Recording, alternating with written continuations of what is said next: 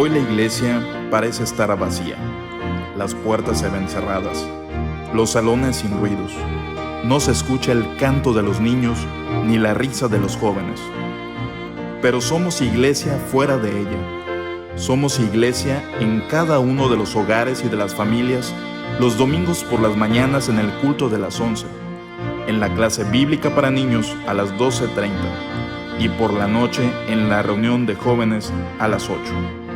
También los martes en la reunión de damas y los jueves de oración.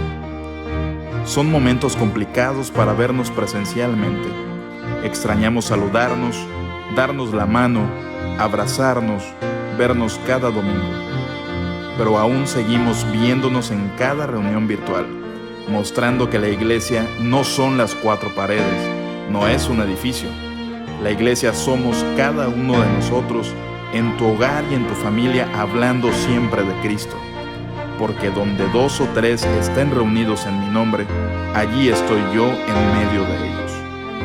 Dios te bendiga y nos vemos virtualmente. Queridos hermanos, me da muchísimo gusto poder estar unidos aquí para celebrar este culto a nuestro Dios. Sabemos que pues tal vez por algún tiempo no podamos vernos físicamente, pero en espíritu estamos unidos muy fuertemente. Y por eso les damos gracias, les doy una cordial y cariñosa bienvenida a este servicio y esperamos que el Señor se agrade de todo lo que hacemos aquí, porque lo hacemos para nuestro Dios, para el Rey de Reyes y el Señor de Señores. Ahora, hermanos, les voy a pedir por favor que abran sus Biblias en el Salmo 34, versículos del 1 al 10, para que juntos podamos decir las bellas palabras de este salmo que a mí me gusta tanto. Te alabaré, Jehová, en todo tiempo. Y ahí me quedé pensando, bueno, pues sí es muy fácil alabar al Señor cuando todo va bien, cuando acabamos de recibir una buena sorpresa, cuando nos dan una buena noticia, pero no es fácil alabar al Señor cuando estamos sufriendo, llorando por un ser querido, con una enfermedad incurable, etc. Pero nuestro salmo dice, alabad a Jehová en todo tiempo. Nuestra alabanza está de continuo en nuestra boca. En Jehová se gloriará mi alma. Lo oirán los mansos y se alegrarán. Engrandeced a Jehová conmigo y exaltemos aún a su nombre. Busqué a Jehová y él me oyó y me libró de todos mis temores. Los que a él miraron fueron alumbrados y sus rostros no fueron avergonzados. Esta pobre clamó a Jehová. Jehová la oyó y la libró de todos sus conflictos. El ángel de Jehová acampa alrededor de los que lo temen y los defiende. Gustad y ved qué bueno es Dios. Dichoso el hombre que confía en él. Temed a él vosotros sus santos, pues nada falta a los que en él temen. Los leoncillos carecen y tienen hambre, mas los que esperan en Jehová no tendrán falta de ningún bien. Y por eso, con todo el corazón y con toda la alegría, queremos ofrecerle este culto que es nada más para Él.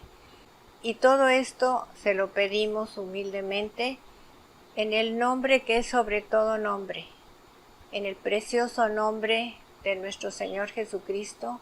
Amén.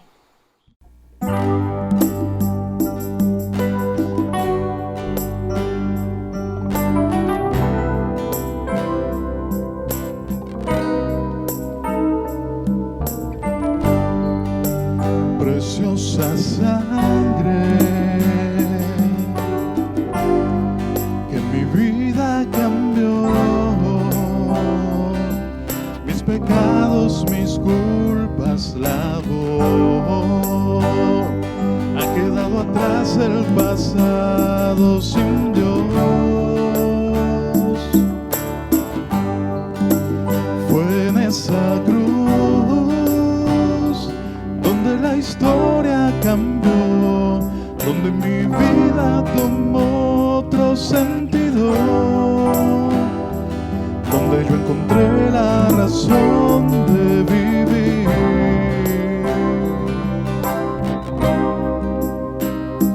Jesús, Jesús, mi corazón te canta, mi corazón te canta. Jesús, Jesús, mi corazón te canta, mi corazón te canta. Jesús.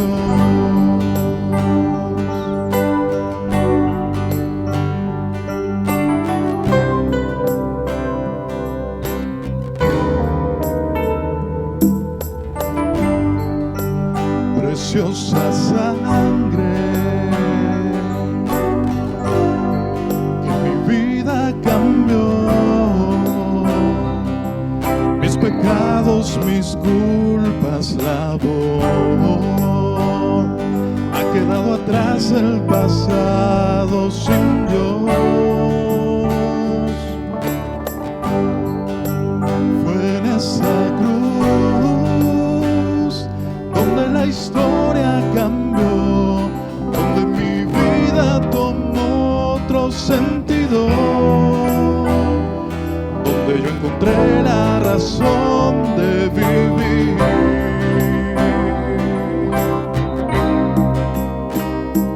Jesús, Jesús, mi corazón te canta, mi corazón te canta. Jesús, Jesús, mi corazón te canta, mi corazón te canta. Jesús, Jesús, mi corazón te canta, mi corazón te canta. Jesús, Jesús, mi corazón te canta, mi corazón te canta. Jesús.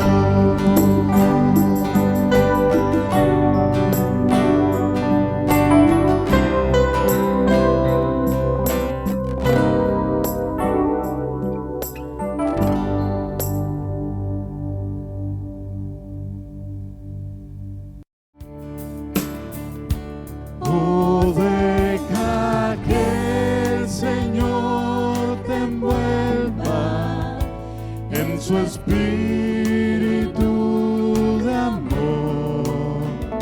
Satisfaga hoy tu alma y corazón.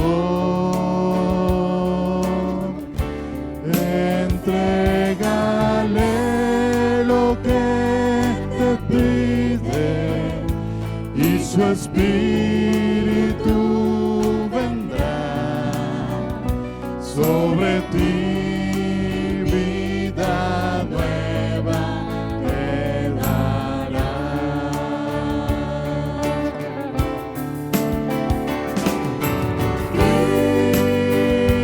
Cristo, oh Cristo,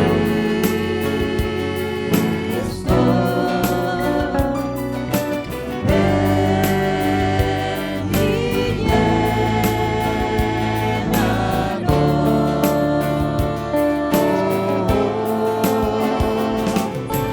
y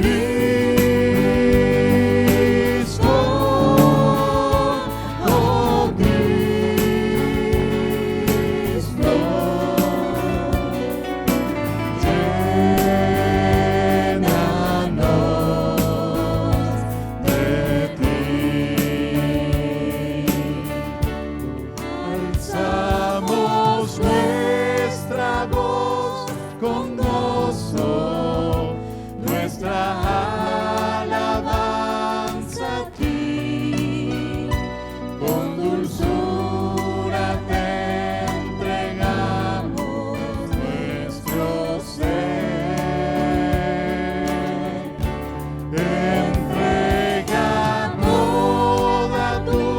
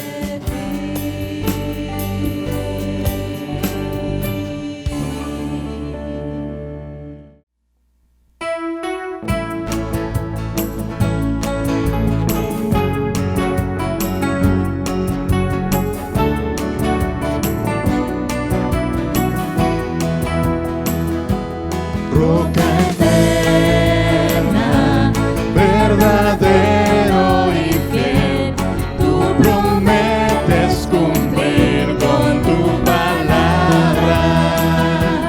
Roca eterna, eres justo y fiel, mi confianza siempre en ti pondré.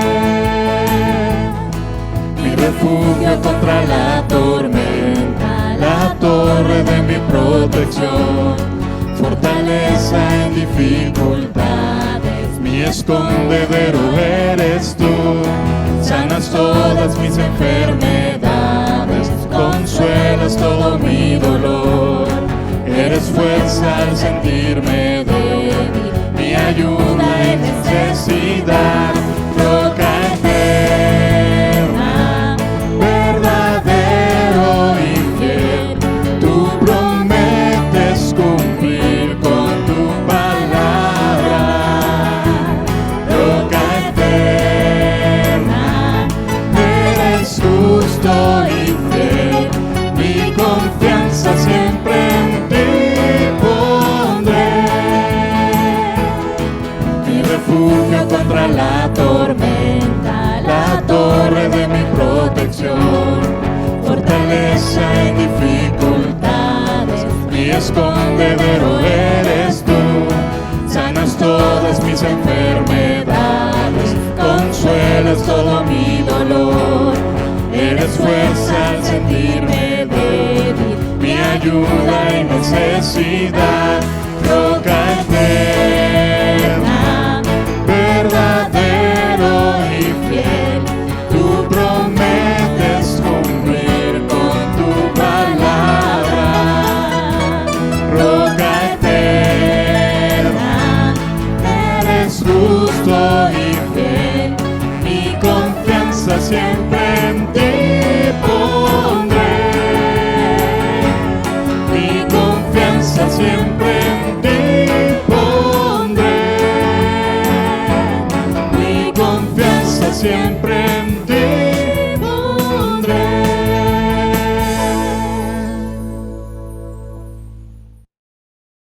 Muy buenos días, hermanos.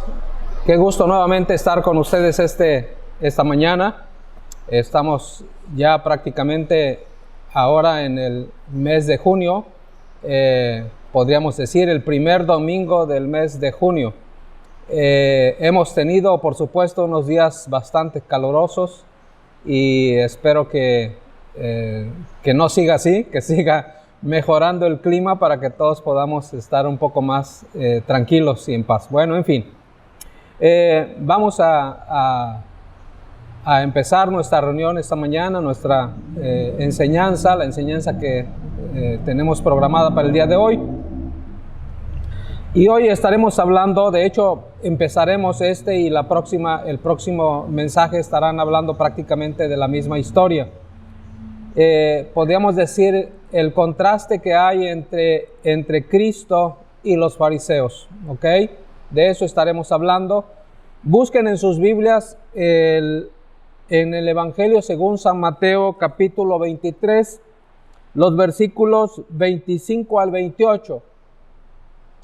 Estos versículos los vamos a leer más adelante en el transcurso del mensaje, así es que solamente les voy a pedir que los mantengan abiertos allí y que obviamente pues tengan listo para cuando yo les indique, los leamos juntos la palabra de Dios. Vamos a inclinar el rostro y vamos a orar a nuestro Dios. Padre, gracias por este día, gracias por este tiempo, gracias porque a través de ello tú nos muestras, nos enseñas el camino a seguir. Muchas gracias por tu palabra que es fiel y verdadera y que cielo y tierra van a pasar, pero tu palabra no va a pasar. Así es que, Señor, síguenos mostrando y enseñando a través de tu Espíritu Santo a nuestras vidas, a nuestra mente, a nuestro corazón primordialmente, para que éste sea transformado conforme a la imagen de tu Hijo. En Cristo Jesús oramos. Amén. Muy bien. Algunos de ustedes se estarán preguntando por qué yo estoy hablando tanto sobre el fariseísmo. Bueno, Creo que esta mañana ustedes van a recibir algunas, por lo menos 2 razones que creo que son importantísimas por las cuales he estado hablando acerca de este tema ya por domingos pasados, en este domingo y los domingos siguientes. Después abordaré otros temas.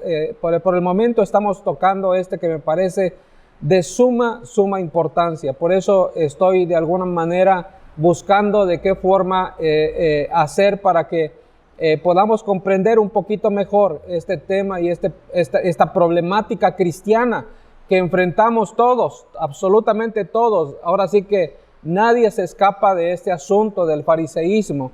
Y entonces, déjenme decir lo siguiente. La primera razón, entonces, por la cual estamos tocando este tema, es que en la vida cristiana,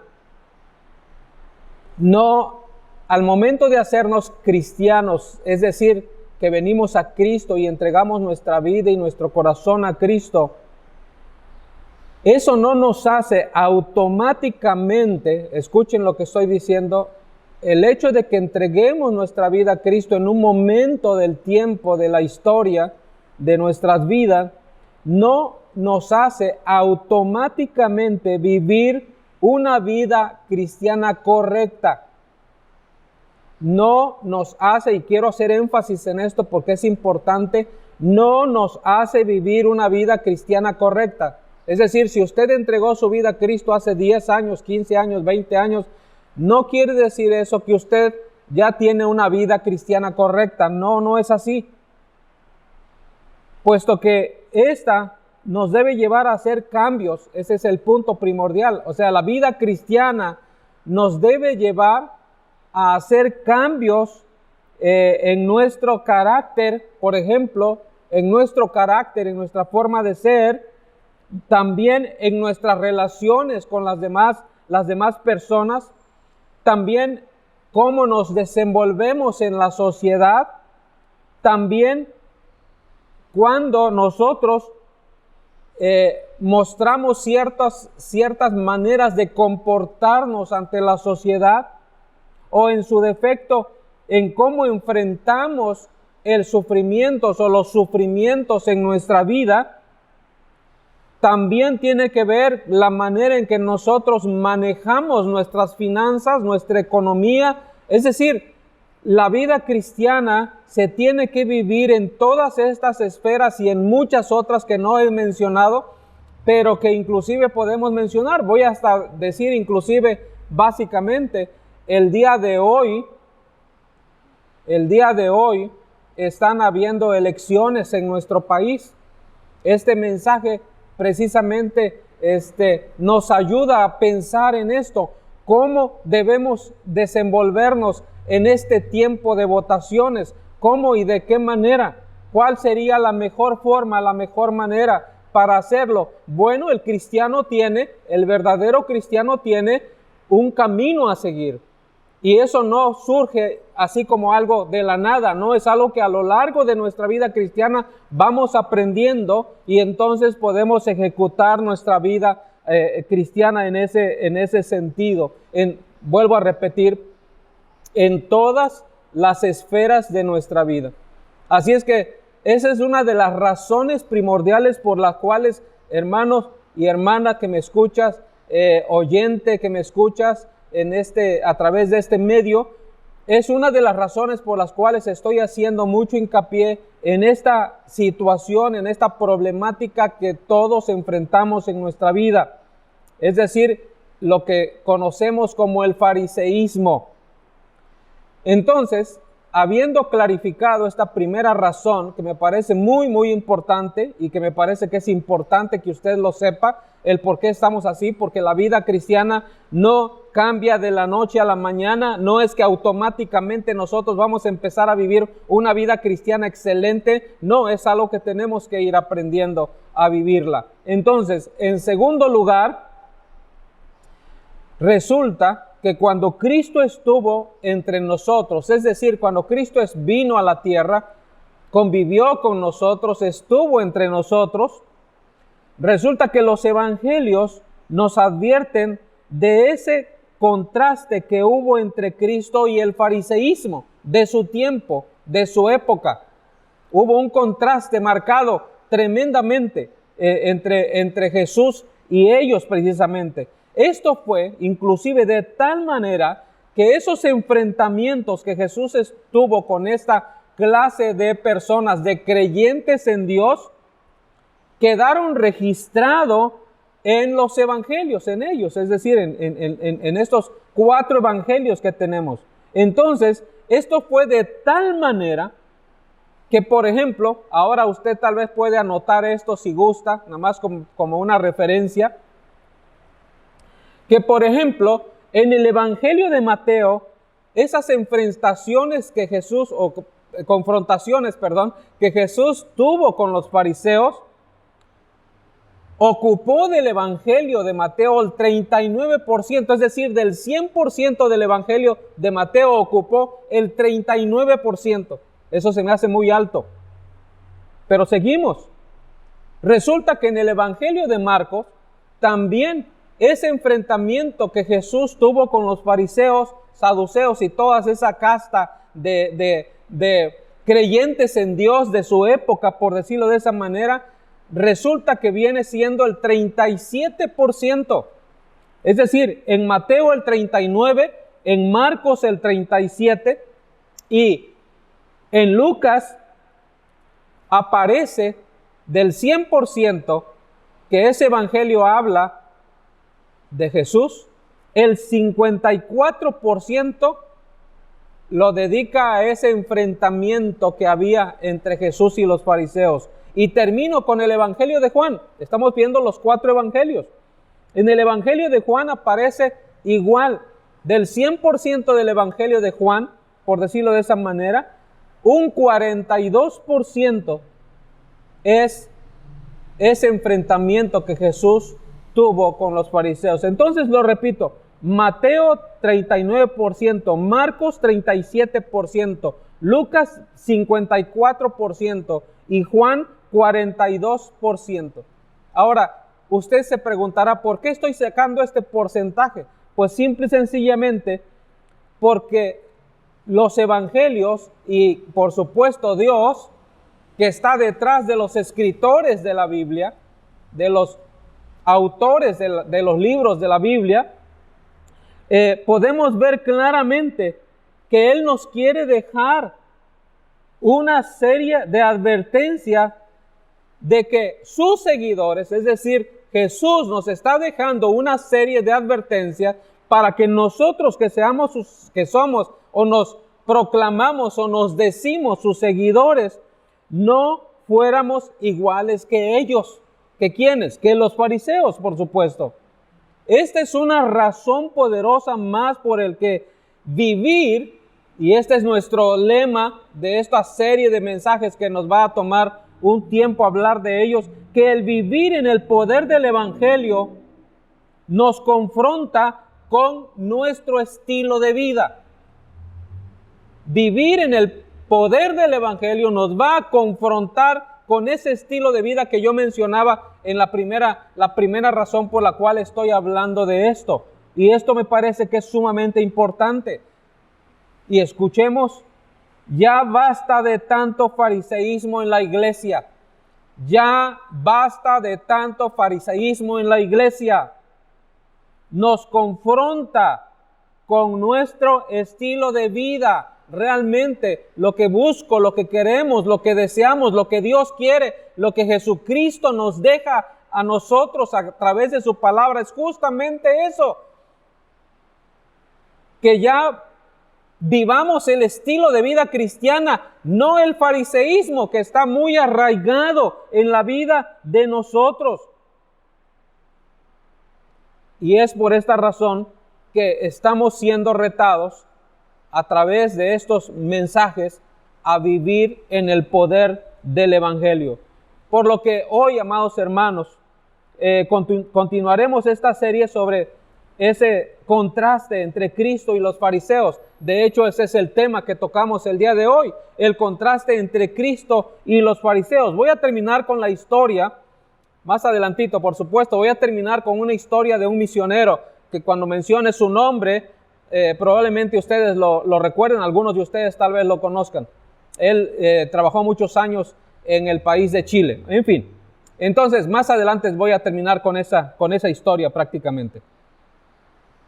La primera pregunta que yo quiero hacer para todos nosotros y responder esta mañana hasta cierto punto, aunque esto va a continuar todavía para el domingo siguiente, por ejemplo. Entonces, ¿cuáles son las consecuencias del fariseísmo en nuestras vidas?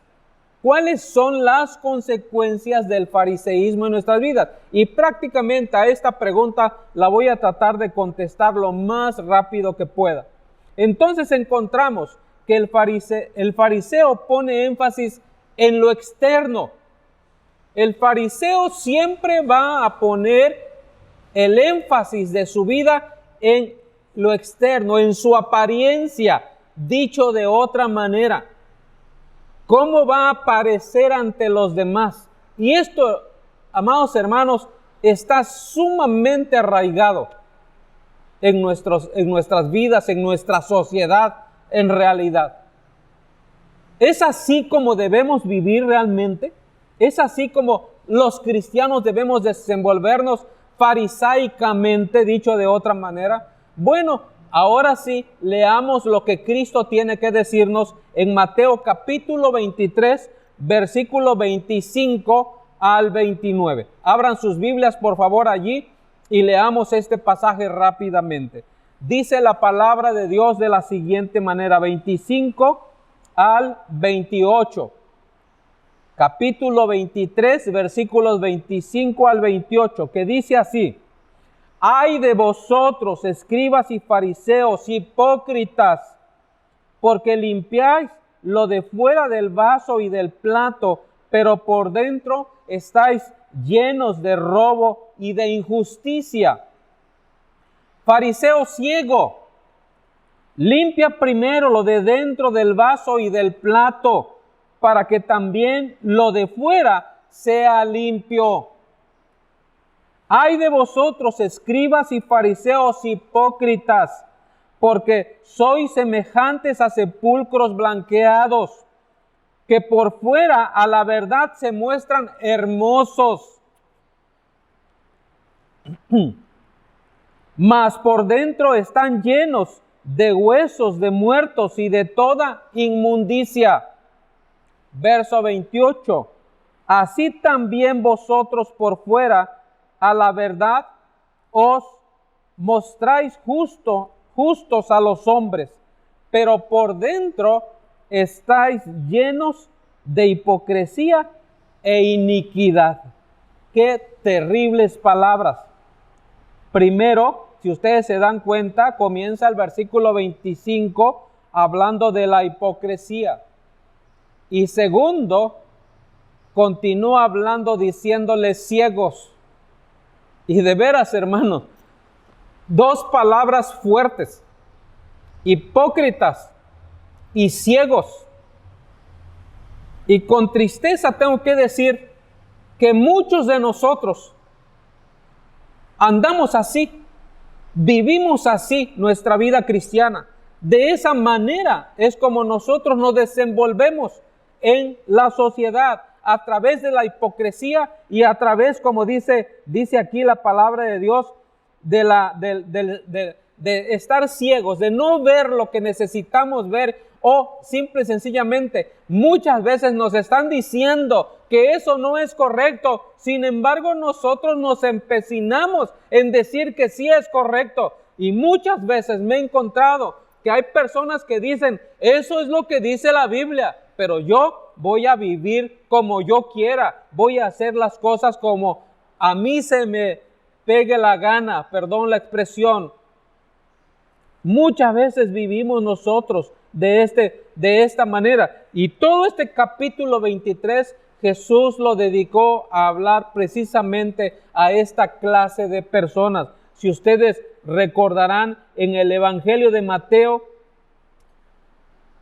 el porcentaje es del 39%. Aquí está una pequeña parte de cuando Jesús hablaba con los fariseos y él enseñaba realmente. Entonces, Esto que ustedes y yo acabamos de leer o de escuchar es el producto de este lema, precisamente. El justo por la obediencia vivirá. El justo por la obediencia vivirá. Es decir, vamos a decirlo de esta manera. La ley no tiene poder para transformarnos interiormente. Es decir, a eso se refiere obediencia.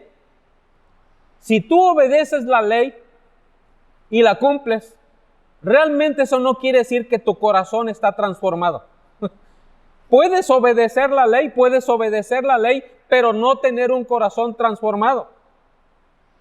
¿Recuerdan la historia? No sé si ustedes han leído esa historia o han oído esa historia, que me imagino que sí, de aquel niño que iba parado atrás en el asiento del papá y le tapaba para que él no viera su espejo retrovisor.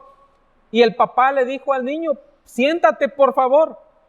Y varias veces le repitió, siéntate por favor. El niño no obedecía, hasta que por fin obedeció al padre. Pero ya cuando se sentó dijo, mira papá, por fuera estoy sentado, pero por dentro estoy parado. ¿Entienden lo que digo? Así nosotros muchas veces vivimos la vida cristiana, viviendo como nosotros queremos hacerlo, pero no porque nuestro corazón realmente esté convencido o esté transformado. Y esto realmente es el peligro que nosotros encontramos en este asunto del fariseísmo. Entonces, la ley no tiene poder para transformarnos interiormente, pues no es a través de la obediencia que seremos transformados, según lo vemos en Hebreos 7, 18 y 19. Anote el pasaje y léalo después. Hebreos 7, 18 y 19. Este pasaje, en cierta manera, lo que nos dice es que la ley no perfecciona nada. Si tú obedeces la ley, no quiere decir que eres perfecto, porque obedeces la ley. No, hay muchas cosas más que necesitamos en nuestra vida transformar y cambiar. Entonces, diremos que la obediencia transforma lo externo. Lo externo. En realidad, es fe en la obra redentora de Dios que transforma el corazón. Vuelvo a repetir esto porque esto me parece que es el corazón del asunto. Es fe en la obra redentora de Dios que transforma el corazón. No en la obediencia que transforma, esa no transforma nada, porque eso simplemente es externo, no es una cosa interna, por lo cual no puede ser tomado en cuenta. Y si no, nótenlo en este pasaje que se encuentra en Romanos capítulo 8, versículo 3, que dice de la siguiente manera, Romanos 8, 3, para aquellos que están escribiendo los versículos bíblicos, y sé que hay algunos hermanos que lo están haciendo porque he hablado con ellos. Dice de la siguiente manera este pasaje, pero lo que era imposible para la ley, por cuanto era débil en la carne, por favor, presten atención a lo que está diciendo este pasaje, hermanos. Pero lo que era imposible para la ley, por cuanto era débil en la carne, Dios, escuchen bien, Dios enviando a su Hijo de carne, de pecado, su Hijo Jesucristo, vamos a ponerle ahí, su Hijo Jesucristo, de carne, de pecado, y a causa del pecado, condenó el pecado en la carne de su Hijo, no en tu carne. La obediencia no te lleva a que tú, en cierta manera, crucificas el pecado. No, eso no te lleva a esa parte. En realidad eso no ocurre, no sucede. Lo único que hace básicamente es algo externo, no es algo interno. Y esto es el asunto importante aquí. En la carne de su Hijo, no en la nuestra. En la carne de su Hijo prácticamente Dios crucificó el pecado que de alguna manera nos condena a nosotros. Entonces, cumplir la ley es en vano, pues no tiene poder para transformar. Entonces, la ley solo cambia lo externo. Como cuando usted simple y sencillamente ve que tiene su pelo largo y va a la peluquería y cambia y se corta el pelo, nada más. Y cuando usted regresa dice, wow, se ve bien, o simplemente, ese corte no estuvo muy bien. Entonces, pero hay un cambio de fuera de la persona. Eso es básicamente lo que hace la ley. Es decir, cuando un hermano dice, por ejemplo, hermanos, yo sí voy a la iglesia y no fallo. Está bien, eso dice la ley y qué bueno que lo estás haciendo. Pero realmente ese ir a la iglesia te está transformando interiormente. Hermano, mira, yo sí estoy leyendo la Biblia, todos los días estoy leyendo la Biblia. Bueno, eso dice la Escritura, que escudriñemos las Escrituras, porque en ellas parecen que tenéis la vida eterna y ellas son las que dan testimonio de mí, dice Jesús. Y bueno, lo obedecemos, lo estamos leyendo y todo, pero eso está cambiando tu corazón. Y tú dices inclusive, pastor, hermano, líder, anciano de mi iglesia, estoy memorizando versículos bíblicos. Está bien, memorízalos, porque es bueno y debemos hacerlo, por supuesto, pero eso no está transformando, no está cambiando tu corazón. O simple y sencillamente estoy orando porque la ley me dice que debo orar, que debo arrodillarme y que debo buscar a Dios y que inclusive debo buscar un rinconcito donde pasar el tiempo con Dios, pero realmente eso está transformando tu corazón, eso está transformando nuestro interior. Bueno, es algo que cada uno de nosotros tiene que revisar y es justamente lo que estamos hablando. Entonces, una manera en que podemos verlo claramente es en la adoración. Hoy más que nunca podemos verlo en la adoración. Por ejemplo, tal vez esto es muy simple, muy sencillo, pero tiene un significado que me parece muy importante. En la adoración, si usted quiere levantar las manos, las levanta. Y si necesita bajar las manos, las baja. El fariseo lo hace porque los demás lo hacen. Ojo con eso. Eso es fariseísmo. ¿Ok? El fariseo lo hace para cumplir. Porque hay que levantar las manos. Y porque el que dirige nos dijo que hay que levantar las manos. O porque el pastor nos dijo que hay que levantar las manos. Hay que cumplir con el que pastor, o hay que cumplir con el que dirige, o hay que cumplir con quien sea, en cierta manera.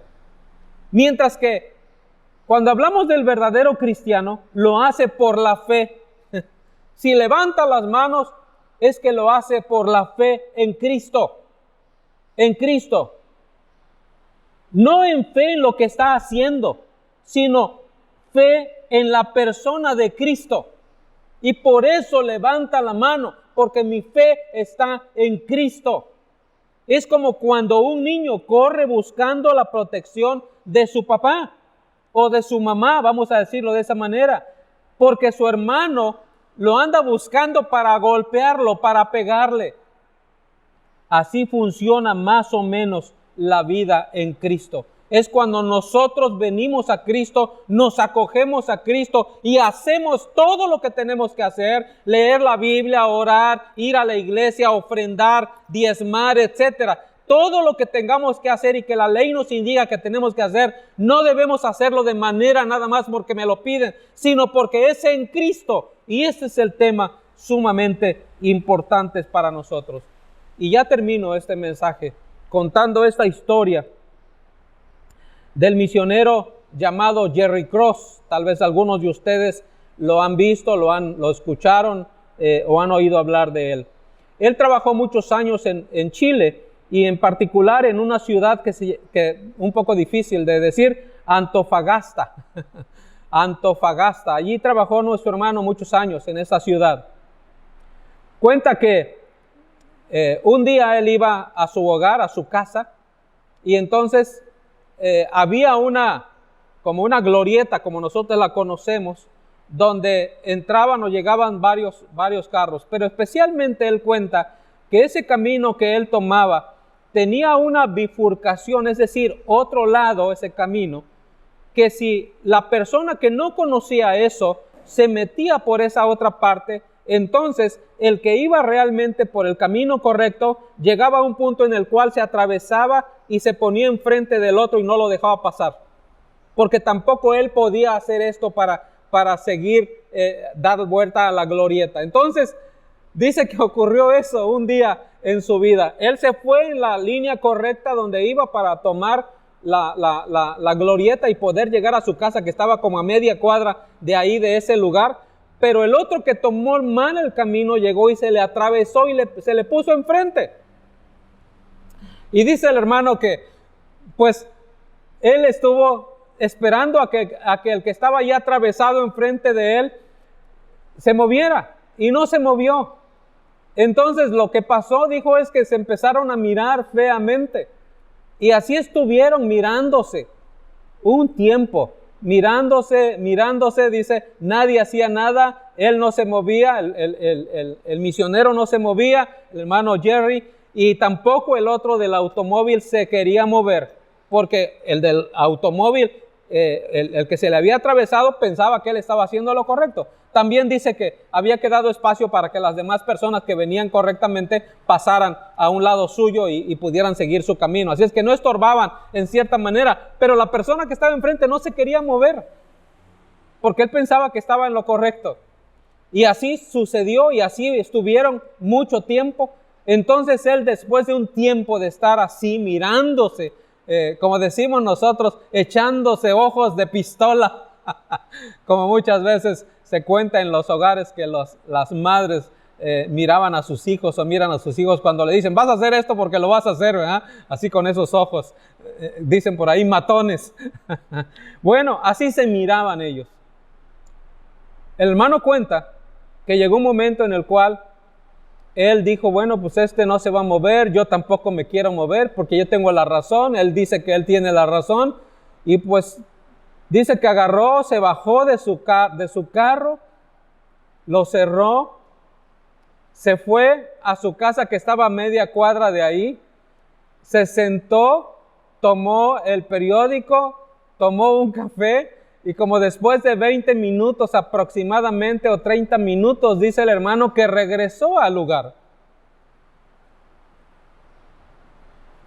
Y todavía seguía ahí el Señor. Y entonces él llegó nuevamente y se subió a su carro, y el Señor no se movía. Obviamente no se estaban diciendo palabras, solamente todo eran miradas. El Señor no se quitaba.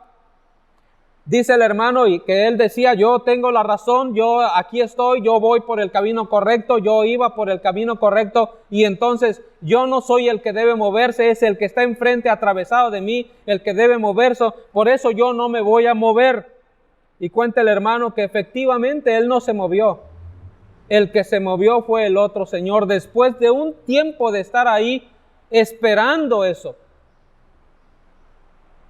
Cuenta el hermano Jerry que después de eso, él se sintió muy avergonzado. Dios le mostró a él que él estaba en un error grande. Ciertamente él tenía la razón, porque él iba por el camino correcto y el otro no. Pero ¿qué debemos hacer nosotros los cristianos? Miren lo que dice 1 Corintios 13, cómo inicia, que si tuviéramos fe para mover montañas y no tenemos amor, nada somos. Está una ley del amor que, dicho de otra manera, no nos cuesta nada poner en práctica, pero qué difícil es ponerlo en práctica, sobre todo en estos momentos difíciles. Y debo confesar también que muchas veces mi esposa me ha tenido que decir, oye, tú tienes que ceder porque tú eres cristiano. Tú no puedes decir eso porque tú eres cristiano. Tú no puedes actuar de esa manera porque eres cristiano. Es decir, tenemos una vida cristiana que demostrar a los demás. Y el hermano Jerry dijo que se sintió tan mal que tuvo que ir con Dios y decirle, Dios, por favor, perdóname por esto que yo hice. Esto no era lo correcto. Esto no es lo que yo debía haber hecho. Yo debí haberme movido. y de haberme ido del lugar y de haber dejado a aquella persona en este lugar y bueno, listo, es todo. Pero yo no hice eso. Yo estuve en mi lugar hasta que esa persona no se movió y se quitó de delante de mí. Yo no me moví. Aunque él tenía la razón, estaba la ley del amor que Dios le decía que debía poner en práctica. Eso es exactamente el fariseísmo. Cuando nosotros no estamos practicando la vida cristiana. Y ya termino diciendo entonces lo siguiente. El orgullo de fariseo nos arrastra a no querer humillarnos. Ojo con esto. El orgullo de fariseo nos arrastra a no querer humillarnos.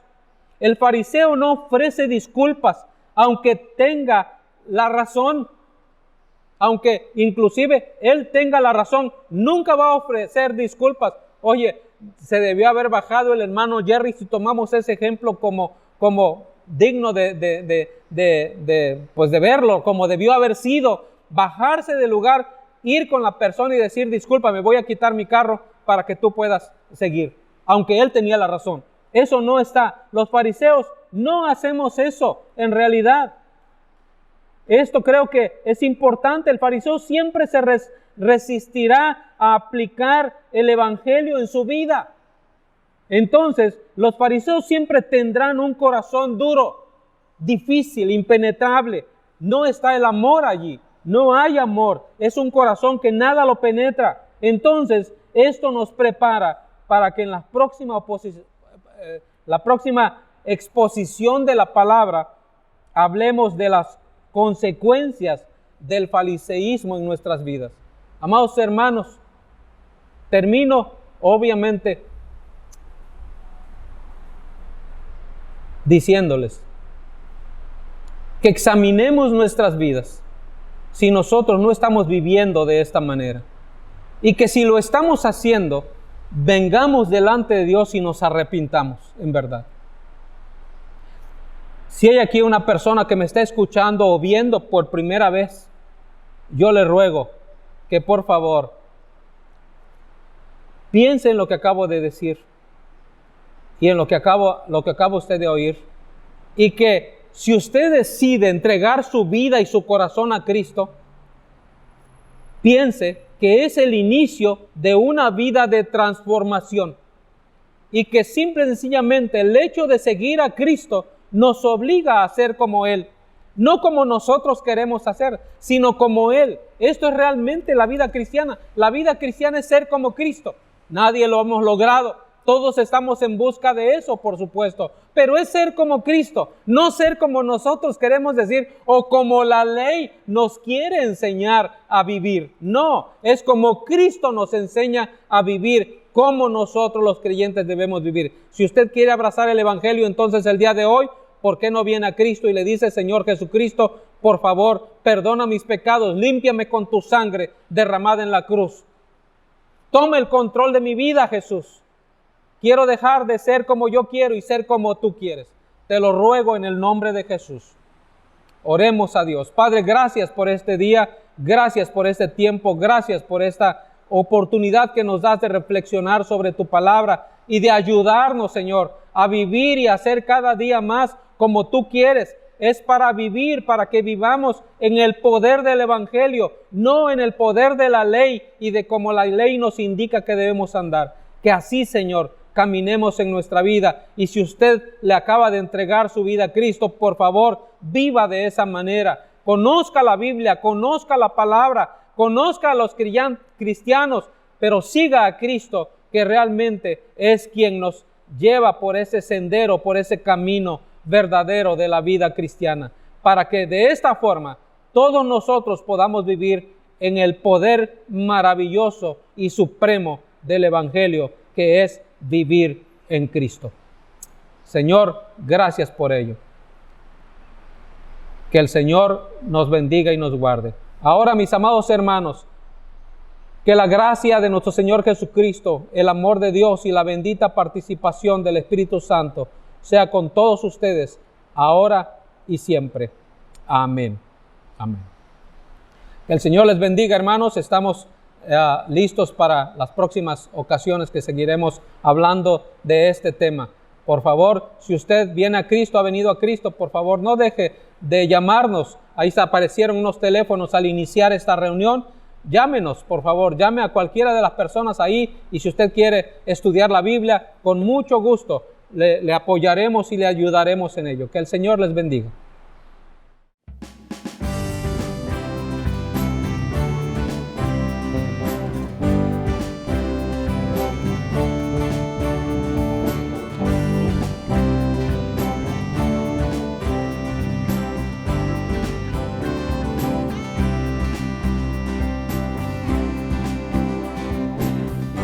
Incomparable, inigualable es tu amor y me rodea. Me abrazaste, me sonreíste, Señor. En mi pecado, tu amor me alimenta, tu amor me sustenta. Celebraré tu amor todos los días, celebraré tu gran misericordia, celebraré tu gracia inmerecida, celebraré tu amor, celebraré tu amor todos los días, celebraré tu gran misericordia, celebraré tu gracia inmerecida, celebraré tu amor, celebraré tu amor. Inmesurable, inagotable es tu amor y nunca cambiar. Estás conmigo y no me puedo escapar. Aunque lo intenté, tu amor es eterno, tu amor es perfecto. Celebraré tu amor todos los días, celebraré tu gran misericordia, celebraré tu gracia inmerecida, celebraré tu amor. Celebraré tu amor todos los días, celebraré tu gran misericordia, celebraré tu gracia inmerecida, celebraré tu amor, celebraré tu amor.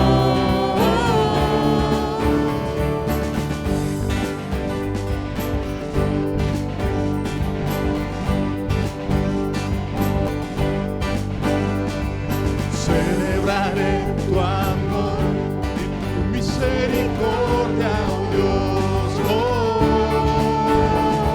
celebraré tu amor y tu misericordia, oh Dios. Oh, celebraré tu amor y tu misericordia, oh Dios. Oh, celebraré tu amor todos los días, celebraré tu gran misericordia, celebraré tu gracia inmerecida, celebraré tu amor, celebraré tu amor todos los días, celebraré tu gran misericordia, celebraré tu gracia inmerecida, celebraré tu amor, celebraré tu amor, celebraré tu amor.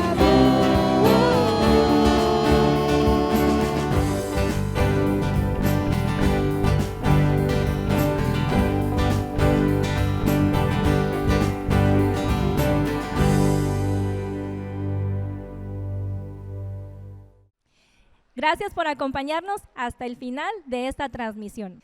Recuerden las actividades de la semana. Estudio bíblico para niños vía Zoom, domingo 12:30. ¿Y la reunión de jóvenes? Todos los domingos. A las 8 de la noche. ¡Los esperamos!